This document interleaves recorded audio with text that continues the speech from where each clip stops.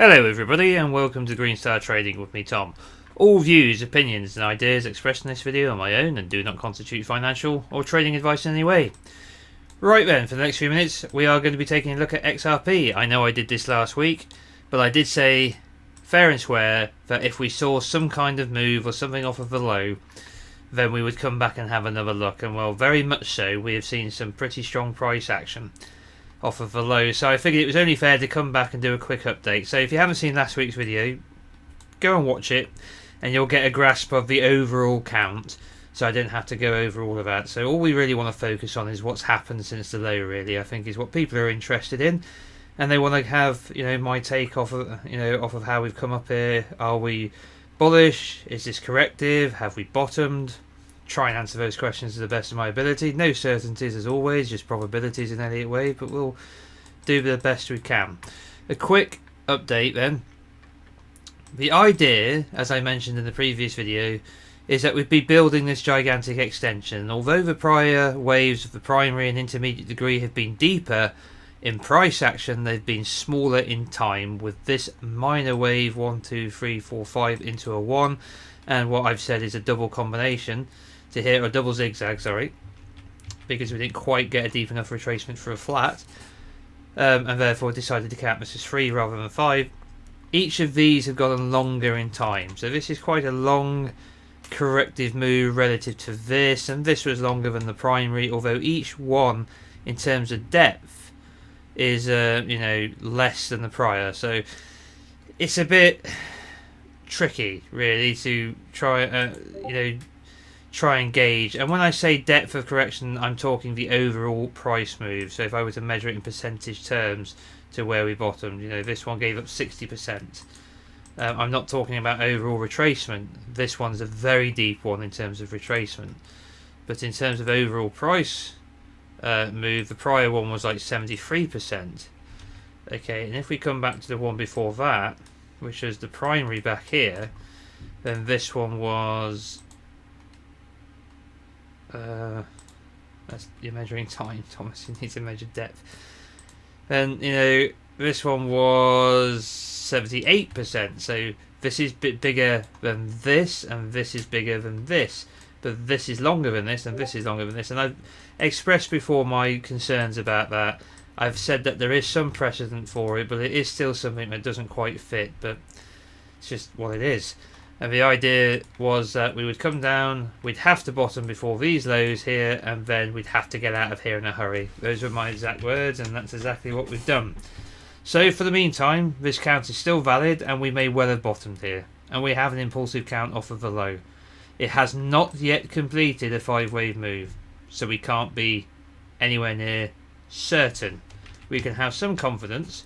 We've broken this downward trend, the channel here. We've reversed pretty violently. We've gone from we reached very oversold conditions around 17 on the RSI, having completed a round trip, as I like to call it, which is the highs here on the RSI, all the way down to oversold here, and then we bounced. We've had a strong turnaround in momentum on the MACD, thrusting back above the zero bound. Nice green bars on the histogram here, larger than anything we've seen for a while, okay, since we peaked in our so-called potential wave 1.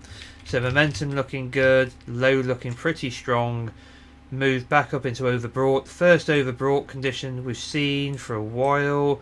So we had this bullish phase where we have a series of overbought readings here, and then we fall into these corrective periods where we don't get them, and we've had a pretty strung out corrective period here, and now we've had an overbought reading again. So it could be a bounce before heading lower, but all the signs are there to suggest that we've re-entered some kind of bullish phase, and we're going to correct and continue to get overbought conditions for a while. So for the moment, with the caveat of not having completed and not having formed a complete impulse yet, I'm going to err on the side of having bottomed. Okay, but if I had the luxury of coming to you today with a completed impulse off of the low, I would be more confident. That's the only way I can really put it. So let's come down to the smaller time frame here and look at what we did on the low here. So we ran into a bunch of chop, like we did on Bitcoin, where it's getting off of the low was tricky, right? Making sense of this sideways chop before we get this very clear impulsive move higher. All right. So I will bring up my bullish count off of the low, and this is my best bet at how we've done it. Okay, now we're going to have to remove some of the noise here, otherwise it's just going to be a little too busy. So we'll break it down bit by bit. So let's get rid of the pitchfork first. Let's get rid of some of these fib retracements. Okay, so here we go, we can see quite clearly now. Alright, we get a leading diag here into a 1. Leading contracting diagonal. We have a 1, we have a 2, the 3 is smaller than the 1 but not the shortest wave, the 4 is smaller than the 2, and the 5 is smaller than the 3. Bum bum bum bum bum, diagonal into a wave 1. Now, we could look at this as some kind of corrective. We could say 3 to here, 3 to here, and then we'd want 5 to get a C in a flat, but we don't. We seem to have a 3 wave move, a 3 wave move, and a 3 wave move. So I've labelled this W, X, Y, and I don't think we can call...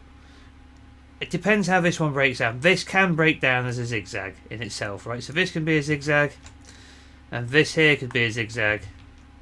Alright, so the best I can do at the moment is break it down into, you know, a WXY 3 3 3, and that gives us one 3 wave pivot here into the 2. From there things get a lot easier because we just start to impulse out of here. Now there's several ways you can look at this. You can look at it like I've done here with an extension in the 5th. We get no overlap of the 4 over the 1. The 3 is not the shortest, and we get this big thrust up here.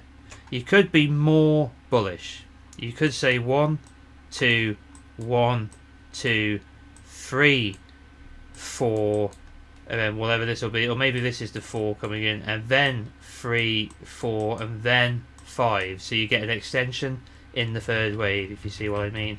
I decided to be a little bit more conservative and stick with the same wave degree, a minuet degree here, and just say 1, 2, 3, 4, extension in the 5th. Gives us our 3rd wave here, and then we get A, 3 waves up into a B, and I'm expecting a flat. So 5 waves coming down to find the 4. Now if we don't get a flat, there's a possibility of a running triangle, but it's going to take longer to form as we've got a higher swing B wave, hence why it's a running triangle. So perhaps you could end up with something like this. That's going to be a little bit more time consuming, and that will then bring in the wave 4. Okay, but for the moment we have a 3 wave swing to a higher high rather than a 5 wave move, so that says to me that this is part of a corrective move.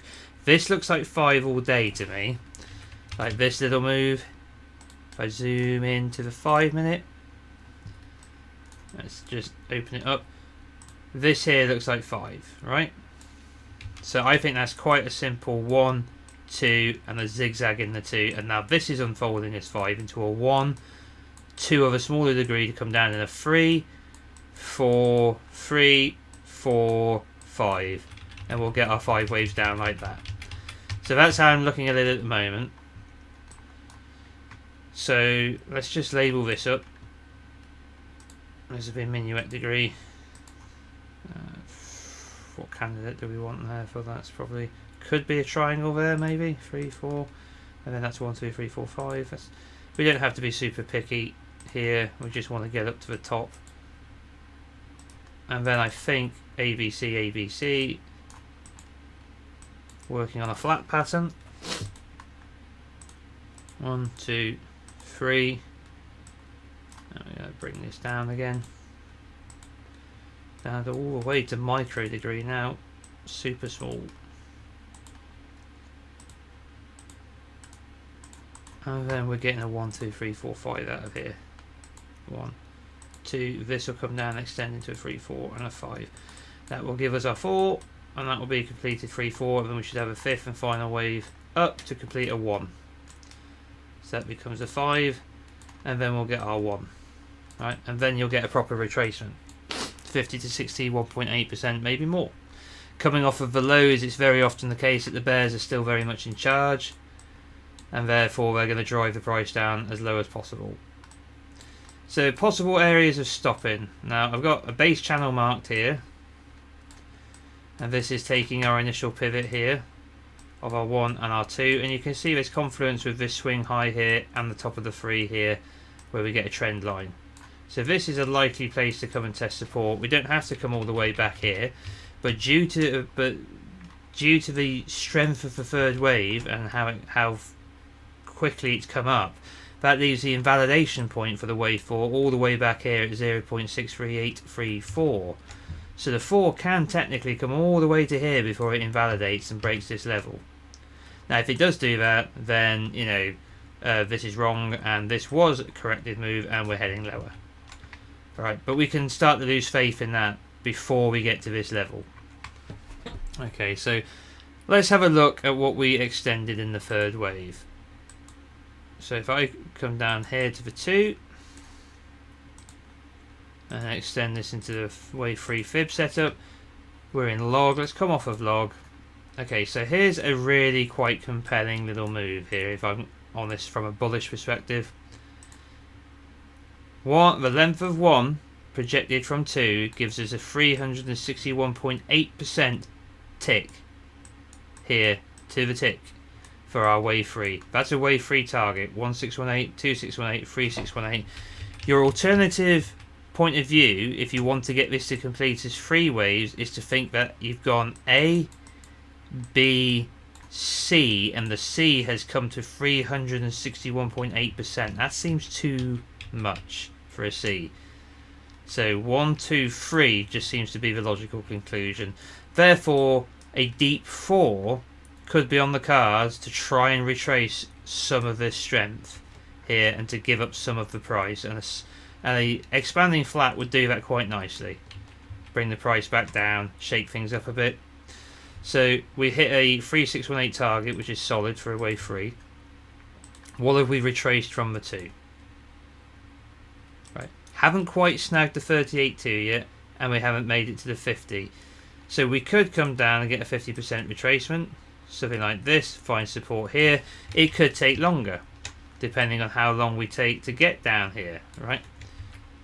Because we are still only on the 15-minute chart here, guys. So, but I think that if that's wave 1 and that's wave 2, let's project where we can maybe find our wave 3, 4 and 5 from the top. So take that as the 1. So let's bring our 3 up. Maybe we're being a little too aggressive putting it that low. We can't overlap the 1 at that point, so let's just put a little line in there to remind us. So the 4's got to settle in here somewhere. Then the 5 can come just beyond the 3. So it doesn't have to be as deep. That's just working on the most typical extension for the wave 3. So if we run our fib back up, aiming for the 50 seems likely if we're going to get 5 waves down. Let's extend the A from the B and see what target that gives us. 1618 is right down at the base channel. So that's the extreme of the C. Come back, test support on the base channel and bounce. That would be a very deep 4. Could you argue that you've got a 1 up here and that we're going into a flat into a 2? That would be deeper, maybe, but you've got to complete a 5 wave count from this low here, and I can't see it. I see 3. So I'm sticking with the idea of 3. 123.6 is a target as well for the flat, so we could go 1, 2, 3, 4, 5 like that. But that's what I think is happening. Now there is an alternative, like I said, we've got the triangle potential. That is a B wave running triangle, and that the upper trend line is going to be something like that, and that this is going to be a 3 wave move like this, 3, 3, 3, and then you go, and this whole thing would then be 3 into A, 3 into B, 3 into C, 3 into D, 3 into E, and then you're done. So it could morph into something like that. But I think for the meantime, the simpler structure would be this is A, this is B, and we've got 3 more waves to come down to complete the C.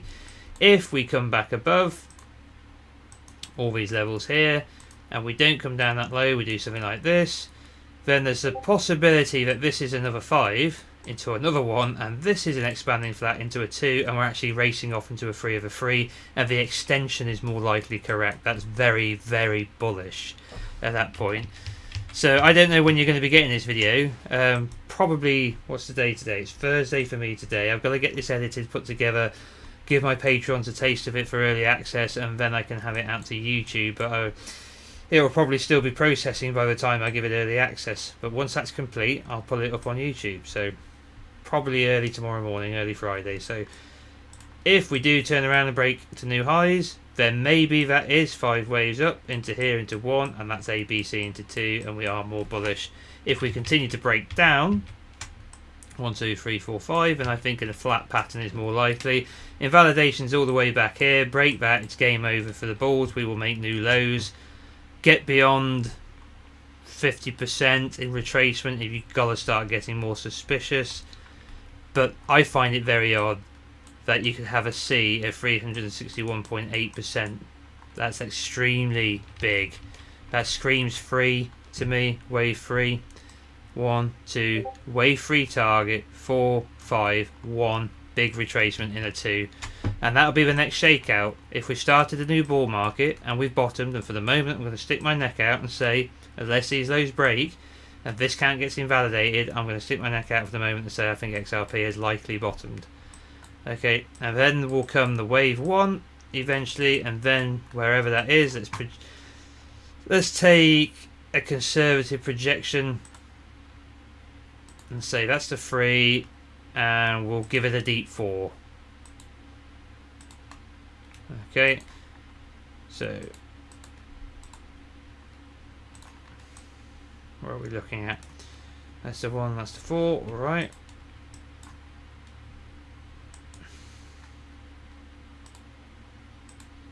Somewhere, no, I'm gonna have to take a length of the 3. The 3 is so long, the 1 wouldn't even clear the 3 if I did it with a 1-to-1.